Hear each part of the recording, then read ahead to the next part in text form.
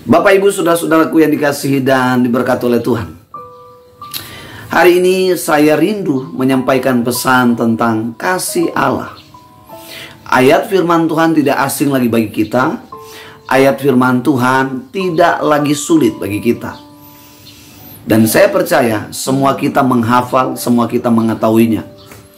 Yohanes 3 ayat 16. Karena begitu besar kasih Allah akan dunia ini, sehingga ia mengaruniakan anaknya yang tunggal, supaya setiap orang yang percaya kepadanya tidak binasa, melainkan beroleh hidup yang kekal. Saudara-saudaraku yang dikasihi dan diberkati oleh Tuhan, garis bawahi kata kasih yang besar.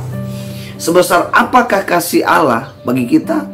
Tidak dapat diukur oleh akal pikir kita sebagai manusia.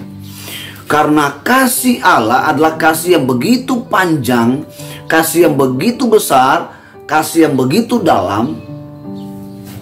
Apakah kasih dapat diukur dengan cinta? Kasih tidak dapat diukur oleh cinta manusia. Karena kasih itu adalah karakter Allah itu sendiri. Sesuatu yang sudah berkarakter, sesuatu yang sudah menjadi budaya, menjadi sebuah gaya hidup, tentu sulit. Ya, tentu sulit untuk bisa diubah, untuk bisa dihilangkan. Nah, Allah mengasihi kita sebesar kasih-Nya. Bahkan kejahatan kita, bahkan dosa kita sebesar apapun, kasih melebihi dari segala kejahatan dari dosa kita.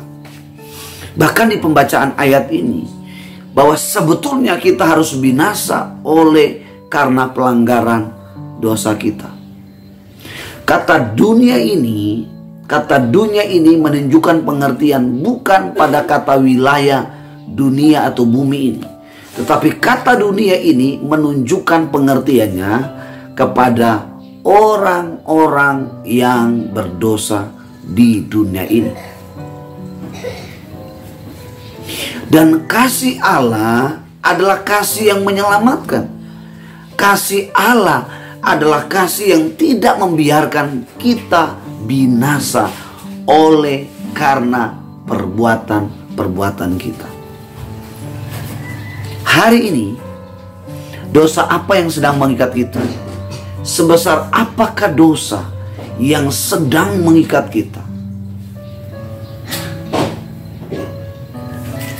Hanya Allah yang dapat menyelamatkan kita dengan kasih-Nya. Allah betul membenci dosa. Allah betul tidak kompromi dengan dosa. Tetapi Allah sungguh mengasihi kita sebagai orang-orang yang telah jatuh ke dalam dosa. Mengapa Allah begitu perhatian? Mengapa Allah begitu konsisten untuk menyelamatkan? Karena konsekuensi daripada dosa itu sangat-sangat berbahaya bagi manusia.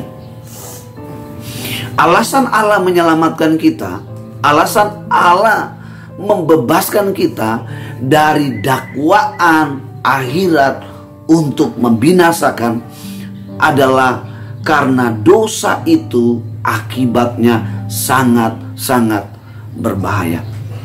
Roma 3 ayat 23 dikatakan, karena semua orang telah berbuat dosa dan telah kehilangan kemuliaan Allah.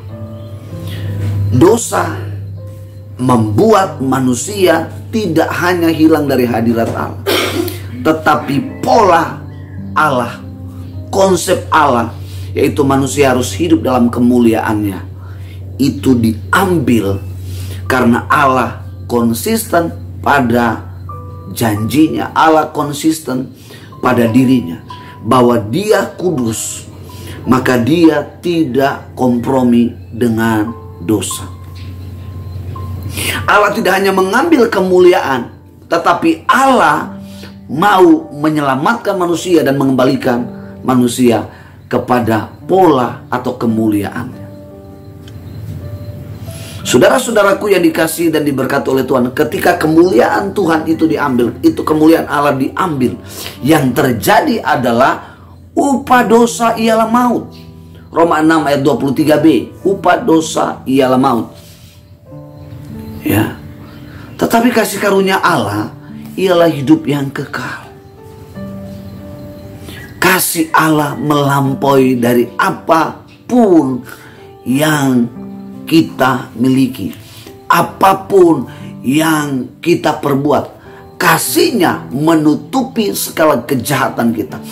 Kasih-Nya menyelesaikan semua kejahatan kita.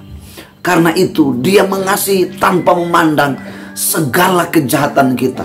Dia mengampuni tanpa Dia memperhitungkan seberapa besar dosa yang kita sedang lakukan. Tetapi Dia mengampuni tanpa bersyarat. Karena itu saudara-saudaraku, mari ambil keputusan untuk percaya menerima Dia sebagai Tuhan dan Juru Selamat. Karena hanya di dalam Allah Kristus maka kita dapat mengalami kasih Allah yang besar, yang tidak dapat diukur oleh akal budi manusia.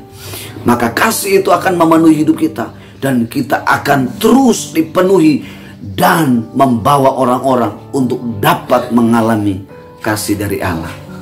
Tuhan Yesus memberkati.